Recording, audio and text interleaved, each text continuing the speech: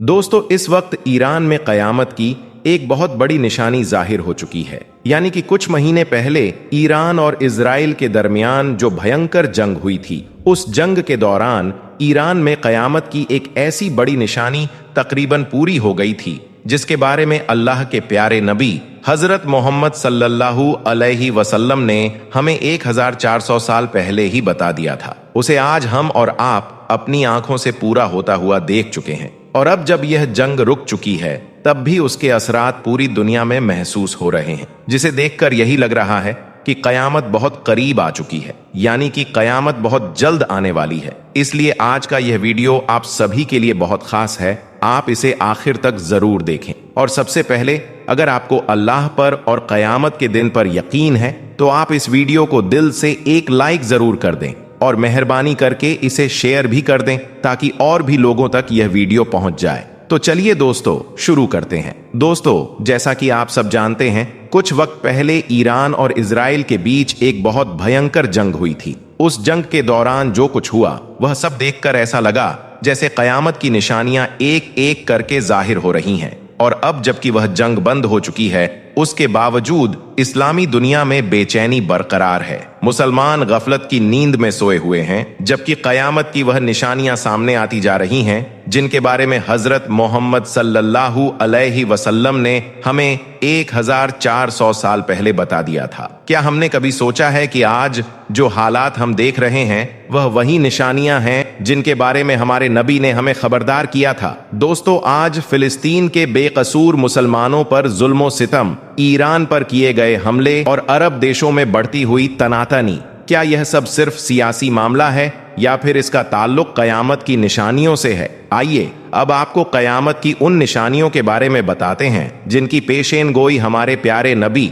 हजरत मोहम्मद सल्लल्लाहु अलैहि वसल्लम ने आज से सदियों पहले की थी।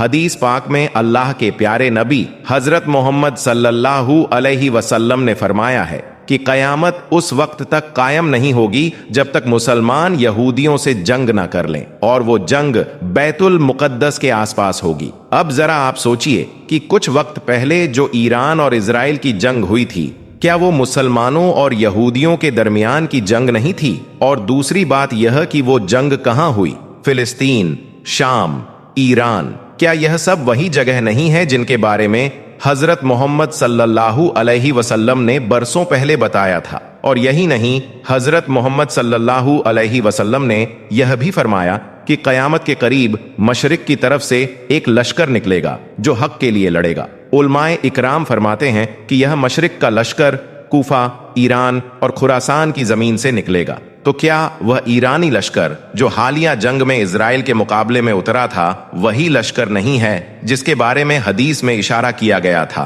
क्योंकि हदीस पाक में साफ लफ्जों में बयान है कि खुरासान से एक लश्कर निकलेगा जिनके हाथों में काले झंडे होंगे, और वह उन झंडों को लेकर सीधे बैतुल मुकद्दस जाएंगे और वहां उन झंडों को गाड़ देंगे और उन्हें दुनिया की कोई ताकत रोक नहीं सकेगी। तो दोस्तों, अगर हम हालात को देखें तो ऐसा लगता है कि वह निशानी तकरीबन पूरी हो चुकी है। इसके अलावा हजरत मोहम्मद सल्लल्लाहु अलैहि वसल्लम ने 1400 साल पहले यह भी फरमाया था कि कयामत उस वक्त तक कायम नहीं होगी जब तक दुनिया में कत्ल और गारत आम ना हो जाए। ये आप देख सकते हैं कि आज इंसान की जान की कोई कीमत नहीं रही है। हर मुल्क में इंसान मारे जा रहे हैं, चाहे वह फिलिस्तीन हो, सीरिया हो, इराक हो या ईरान। बगैर किसी वजह के जंग थोपी जा रही है। यह सब कयामत से पहले की वह निशानियां हैं जो अब तकरीबन पूरी हो चुकी हैं। इसके अलावा आप यह भी देखिए कि आज इजराइल का फिलिस्तीन पर कब्जा, ईरान को कमजोर करने की कोशिशें और बैतुल मुकद्दस पर अपना कब्जा करने की साजिश, यह सब एक बहुत बड़ी तबाही की तरफ इशारा कर रही है। कहा जा रहा है कि यहूदी किसी भी तरह मुसलमानों के पहले किबला यानी मस्जिद अक्सा को शहीद करके वहां पर हैकले सुलेमानी बनाना चाहते हैं, क्योंकि उनका यह यकीन है कि जब वो इमारत बन जाएगी तो उनका मसीहा दज्जाल उनके बीच आ जाएगा और यह कयामत की एक बहुत बड़ी निशानी होगी। दोस्तों, सुनन अबू दाऊद शरीफ में है, हजरत मोहम्मद सल्लल्लाहु अलैहि वसल्लम ने इरशाद फरमाया कि कयामत की घड़ी, उसका दिन, उसका साल और उसका सही इल्म सिर्फ और सिर्फ अल्लाह के पास है। लेकिन हाँ, कयामत की कुछ निशानियां जरूर हैं जिनके जाहिर होने के बाद कयामत आएगी। इस पर सहाबा इकराम ने अर्ज किया, या रसूल अल्लाह, कयामत की वह कौन कौन सी निशानियां हैं जिनके जाहिर होने के बाद कयामत आएगी? इस पर हजरत मोहम्मद सल्लल्लाहु अलैहि वसल्लम ने फरमाया कि वह वक्त बहुत करीब आ रहा है जब सारे काफिर इकट्ठे होकर तुम्हारे मुकाबले में खड़े हो जाएंगे, यानी कि सारी कुफ्फार की ताकतें एक हो जाएंगी और वह सब मिलकर मुसलमानों के खिलाफ एक हो जाएंगे। और उन्होंने मिसाल देते हुए फरमाया कि जैसे एक प्लेट में खाना रखा हो और खाने वाले उस पर झपट पड़े, उसी तरह सारी ताकतें मुसलमानों के खिलाफ इकट्ठा हो जाएंगी। तो दोस्तों, अगर आप आज के हालात देखें तो यही कुछ हो रहा है। आज इजराइल ने अमेरिका, ब्रिटेन और फ्रांस जैसी बड़ी ताकतों को अपने साथ मिला लिया है जो खुलेआम उसकी मदद कर रही हैं। हजरत मोहम्मद सल्लल्लाहु अलैहि वसल्लम का यह फरमान सुनकर सहाबा इकराम ने अर्ज किया, या रसूल अल्लाह, क्या उस वक्त मुसलमानों की तादाद कम होगी? क्या उनके पास असलाहा या ताकत नहीं होगी? तो आप सल्लल्लाहु अलैहि वसल्लम ने फरमाया, नहीं, उस वक्त तुम्हारी तादाद बहुत ज्यादा होगी, तुम्हारे पास असलाहा भी होगा, ताकत भी होगी, मगर फिर भी तुम कमजोर हो जाओगे। क्यों? क्योंकि उस वक्त तुम दुनिया से मोहब्बत करने लगोगे और मौत से डरने लगोगे। तो दोस्तों, यह निशानी भी आज साफ तौर पर नजर आ रही है। आज मुसलमानों के पास सब कुछ है, फौजें, हथियार, तादाद, दौलत, लेकिन फिर भी हम कमजोर हैं क्योंकि हमारे दिलों में दुनिया की मोहब्बत भर गई है और मौत से डरने लगे हैं। यही वजह है कि आज मुसलमान इतने कमजोर हो चुके हैं। दोस्तों, याद रखिए, हालिया ईरान और इजराइल की जंग जो अब खत्म हो चुकी है, उसने पूरी दुनिया के मुसलमानों को यह सोचने पर मजबूर कर दिया है कि आखिर हम क्यों बिखरे हुए हैं। 57 मुस्लिम मुल्क होने के बावजूद कोई भी ईरान और फिलिस्तीन की खुलकर मदद नहीं कर पाया, जबकि अमेरिका, फ्रांस और ब्रिटेन जैसे कुफ्फार मुल्क खुल्लम खुल्ला इजराइल का साथ दे रहे थे। लेकिन पता नहीं आखिर इन मुस्लिम मुल्कों की खामोशी के पीछे आखिर क्या राज छुपा है, और आज मुसलमान ताकतवर होने के बावजूद भी इतने कमजोर क्यों दिखाई दे रहे हैं। इन सब हालात को देखकर यही महसूस होता है कि हजरत मोहम्मद सल्लल्लाहु अलैहि वसल्लम ने जो 1400 साल पहले कयामत की निशानियां बताई थीं, वह आज लगभग पूरी हो चुकी हैं। और यह वक्त इस बात का इशारा दे रहा है कि कयामत बहुत करीब है और बहुत जल्द नाजिल होने वाली है। अल्लाह ताला से दुआ है कि वह ईरान की मदद फरमाए, फिलिस्तीन को आजादी अता करे और ईरान के सुप्रीम लीडर सैयद आयतुल्लाह खामनाई साहब की हिफाजत फरमाए। आमीन सुम्मा आमीन। सऊदी किंग मोहम्मद बिन सलमान जन्नतुल बकी में रंगे हाथ पकड़ा गया। दोस्तों, आज हम आपको सऊदी किंग मोहम्मद बिन सलमान को लेकर एक ऐसी बड़ी खबर बताने वाले हैं जिसे सुनकर यकीनन आपके होश उड़ जाएंगे और आप लोग कुछ सोचने पर मजबूर हो जाओगे। इसीलिए आज का यह वीडियो आप सभी के लिए बहुत खास है। आप इसे आखिर तक जरूर देखें और इस वीडियो को शेयर भी कर दें ताकि सऊदी शहजादे का यह काला कारनामा और भी लोगों तक पहुंच जाए। तो चलिए दोस्तों, शुरू करते हैं। दोस्तों, जन्नतुल बकी वो मुकद्दस कब्रिस्तान है जिसमें इस्लाम के कई अजीम साहबा इकराम, अहले बैत और औलिया इकराम दफन हैं। लेकिन क्या आप जानते हैं कि इसी जन्नतुल बकी में एक ऐसा राज भी दफन है जिसके बारे में जानकर आपके रोंगटे खड़े हो जाएंगे और फिर आप कभी भी इस जगह को पहले जैसा नहीं देख पाएंगे। दोस्तों, एक गोरखन यानी कि कब्र खोदने वाला शख्स जो कि कुछ ही अरसे पहले जन्नतुल बकी में किसी काम में लगा हुआ था, उसने जन्नतुल बकी में एक ऐसा राज देखा जिसने न सिर्फ सऊदी हुकूमत को हिलाकर रख दिया बल्कि सऊदी शहजादा मोहम्मद बिन सलमान की रातों की नींद भी उड़ाकर रख दी।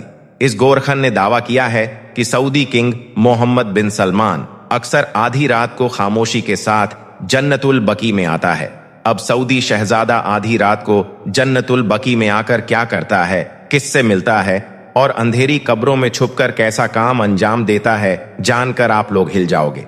इस गोरखन ने आगे यह भी बताया कि इसमें सबसे बड़ी हैरानी की बात तो यह है कि हमने इस वाक्य की कुछ वीडियो बनाकर सोशल मीडिया पर पोस्ट भी की थी, जिनको मोहम्मद बिन सलमान की टीम ने फौरन ही डिलीट करवा दिया। इसलिए हो सकता है कि हमारी यह वीडियो भी हमेशा के लिए सोशल मीडिया से गायब कर दी जाए।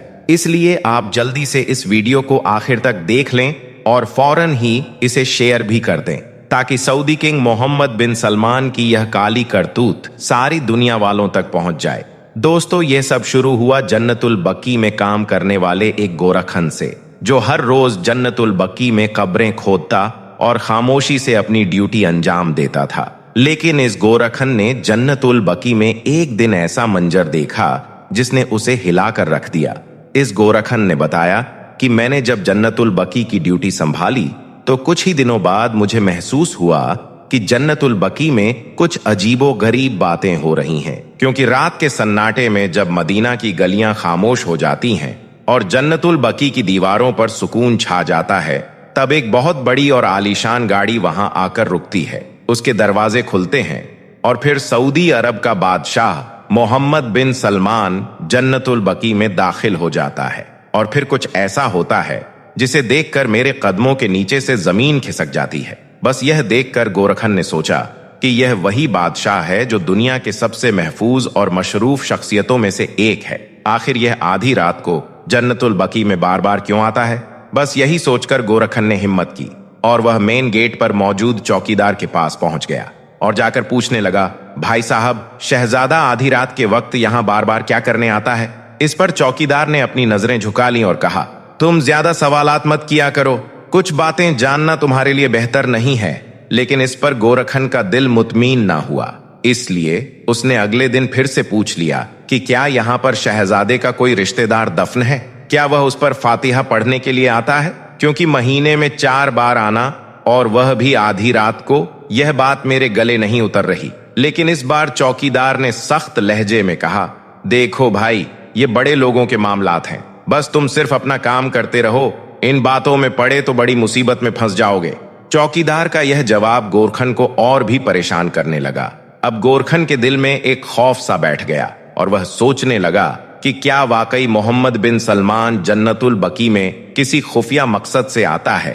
क्या यहाँ कोई ऐसा राज छुपा है जो आम आंखों से ओझल है?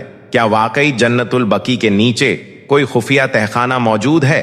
दोस्तों, यह कहानी यहीं खत्म नहीं होती, बल्कि यह तो बस शुरुआत है। अगले कुछ लम्हों में आपको पता चल जाएगा कि जब गोरखन ने हिम्मत करके रात के वक्त जन्नतुल बकी की निगरानी करनी शुरू की तो उसने ऐसा क्या देखा कि उसके होश उड़ गए। दोस्तों, उस रात चांदनी मदीना की फिजाओं में खामोशी का पर्दा डाल रही थी। जन्नतुल बकी के दरो दीवार पर एक खौफ सा छाया हुआ था। इधर गोरखन कई दिनों से अपने दिल में यह बड़ा राज लिए घूम रहा था और आखिरकार उसने फैसला कर लिया था। इसलिए वह रात के सन्नाटे में एक घने पेड़ के पीछे जाकर छिप गया। उसका दिल तेजी से धड़क रहा था, पूरा जिस्म पसीने से भीग गया था, लेकिन उसकी नजरें कब्रिस्तान के मेन गेट पर टिकी थीं। फिर जैसे ही घड़ी में 12 बजे वही स्याह रंग की गाड़ी जो कई दिनों से लगातार आ रही थी, आहिस्ता से आकर गेट पर रुकी और फिर अगले ही पल सऊदी अरब का शहजादा मोहम्मद बिन सलमान गाड़ी से तन्हा उतरा।